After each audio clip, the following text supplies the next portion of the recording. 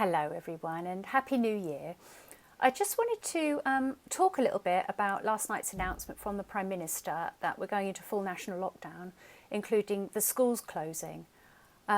First of all, I just want to say I feel terribly sorry for schools who only found out at 8 p.m. last night that they would have to be providing online learning at 9 o'clock this morning. I think schools have been treated very disrespectfully and with little regard.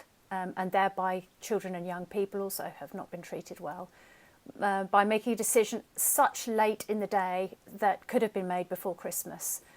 So I really feel for schools, and I just want to say that all of those people working in schools, we admire you, and you deserve all of our thanks and praise for soldiering on, doing a really difficult job in difficult circumstances with little protection.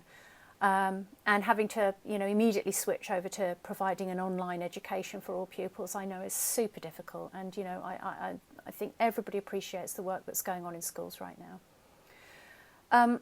But that being said, my primary concern is about our vulnerable children. And I noticed that Jeremy Hunt also spoke last night and said, he feels so sorry for parents who've got children with special educational needs and disabilities. And that raised the alarm bells for me, because I think that in this whole COVID period that we've had going on for nearly a year now, our children and young people with additional needs have been overlooked and their needs have not been adequately met within this period. So I just wanted to talk a little bit about that today, just to kind of give you food for thought if you're thinking about your child's provision at school. And I know that schools will be doing the best they possibly can in difficult circumstances.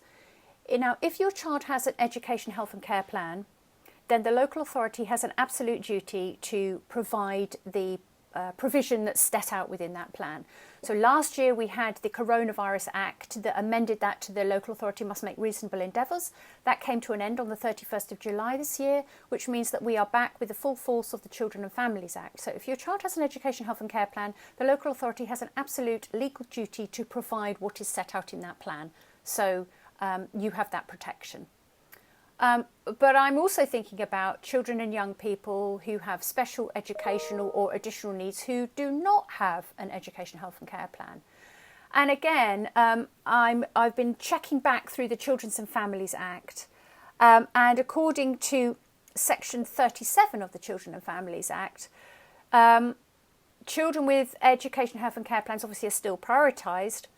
But children without an education, health and care plan, the local authority have to use their best endeavours to support them.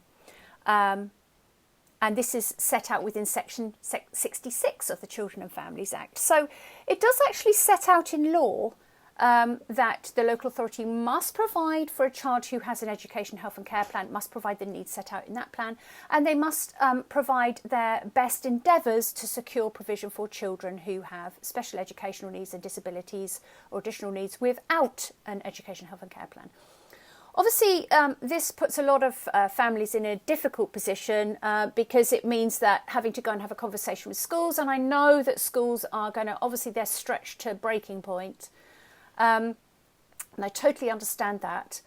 But saying that a school doesn't have enough people or doesn't have the resources available to be able to provide what's set out for your child is not really anything that is acceptable for a parent of a child with additional needs. So we're talking about vulnerable children who deserve to have their provision and well-being prioritised. So what I would suggest is that, you have an individual conversation with your school. Usually what happened in the last lockdown is conversations happened between the local authority, schools and parents about whether a child would be provided for. And usually schools and local authority making the final decision. And this worries me a bit because I think that parents should have the ability to also be part of that decision-making process. That should also be accounted for. So what I'm going to put in the comments below here is a link to the IPSI website with information about special educational needs support for children during the COVID period who do not have an education, health and care plan, including a link to a template letter that you could send if you don't feel you're being listened to and your child is not receiving the provision that you know that they need. You can send a letter into the chair of the governors of your child's school to request that. And I would also signpost you towards Families in Focus, who provide a fantastic service of helping families have those conversations with schools and local authorities. And needless to say, if you've got any issues at all with any of this, please do get in touch with me, and I will also be happy to help and advise you about it. For me, the overarching aim here is to make sure that our most vulnerable children are the ones who are the best provided for at a time of crisis, and not that our most vulnerable children are the first ones whose needs are neglected during this time. So let's all do what we can. We need to be tolerant and understanding of the difficulties that schools face, but at the end of the day, our vulnerable children, they need our protection. So get in touch if you need any more information, write me a comment below, and get in touch if you need to. Well, good luck, everybody.